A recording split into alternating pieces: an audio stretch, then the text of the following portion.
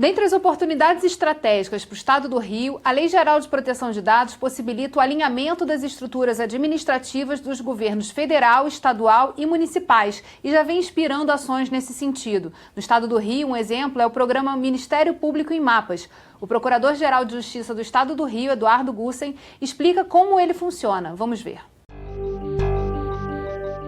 O projeto Ministério Público em Mapas é um projeto que busca, acima de tudo, construir um novo ambiente de trabalho para a instituição, aproximando o Ministério Público do cidadão. Ou seja, nós, através do georreferenciamento, da estatística e da informação, nós criamos condições de uma interlocução maior da instituição com o cidadão. E, para isso, nós firmamos uma gama muito grande de convênios. Um dos mais importantes foi firmado há coisa de 3 semanas atrás com o governo do Estado do Rio de Janeiro, numa linha do governo do Estado adotar a plataforma digital também, ou seja, um formato digital.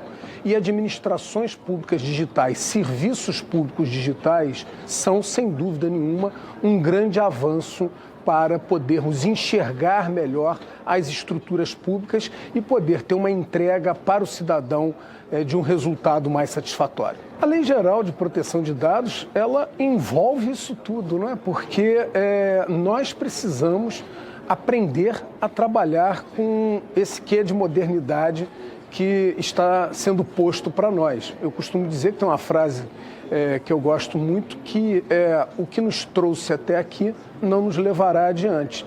Então, essa reflexão permanente, essa atualização, essa modernização é fundamental para que nós não venhamos a incorrer em erros, principalmente na invasão da privacidade e na exposição do cidadão. Parece tão óbvio, mas também tão distante quando a gente olha determinados serviços que são prestados, né? Mas, de fato, é uma possibilidade muito mais clara de quem está do lado da gestão poder olhar quais são os espaços que ainda não são vistos, em que a eficiência dos serviços ainda não está definida e que ele não está chegando ao cidadão que está ali. Em relação a outros países, assim, você poderia citar alguns exemplos assim, de serviços que já estão sendo viabilizados a partir desse trabalho de gestão e de proteção dos dados? Sim, existem várias situações de coleta de dados com anonimização para que todo o tratamento estatístico possa se dar sem identificação dos indivíduos. Então, quanto mais anonimização, mais estatísticas. Quanto mais estatísticas, melhor qualidade dos dados e mais efetiva ação dos governos, né?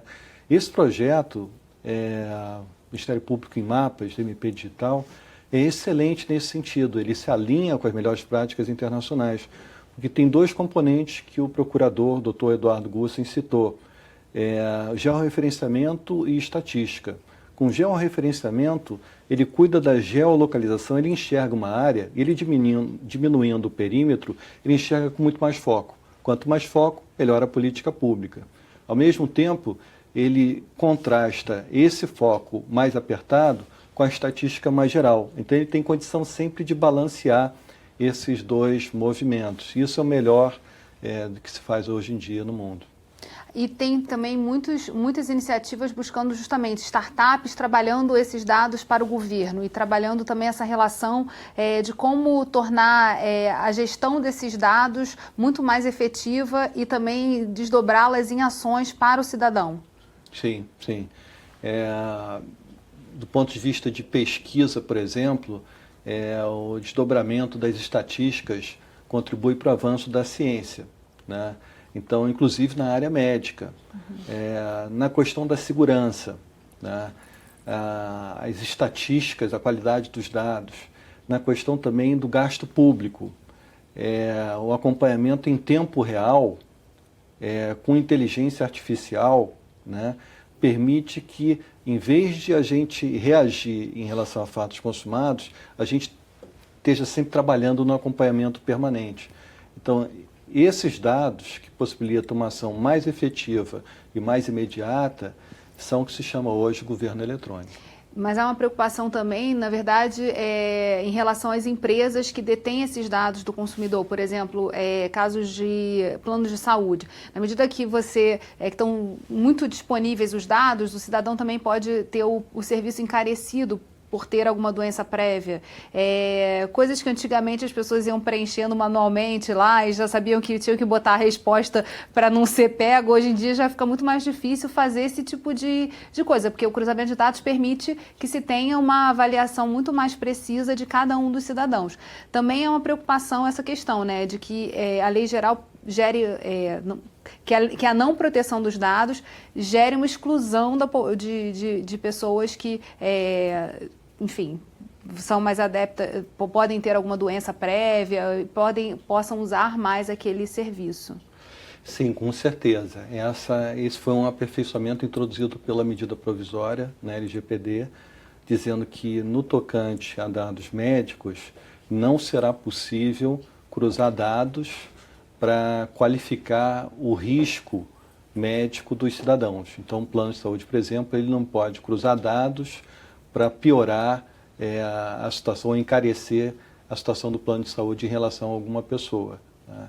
Então, a finalidade dos dados é o principal meio ou critério da LGPD, né? E quando existe alguma finalidade que é mais específica, mais sensível, ela é permitida ou é restringida ou eventualmente até proibida pela lei.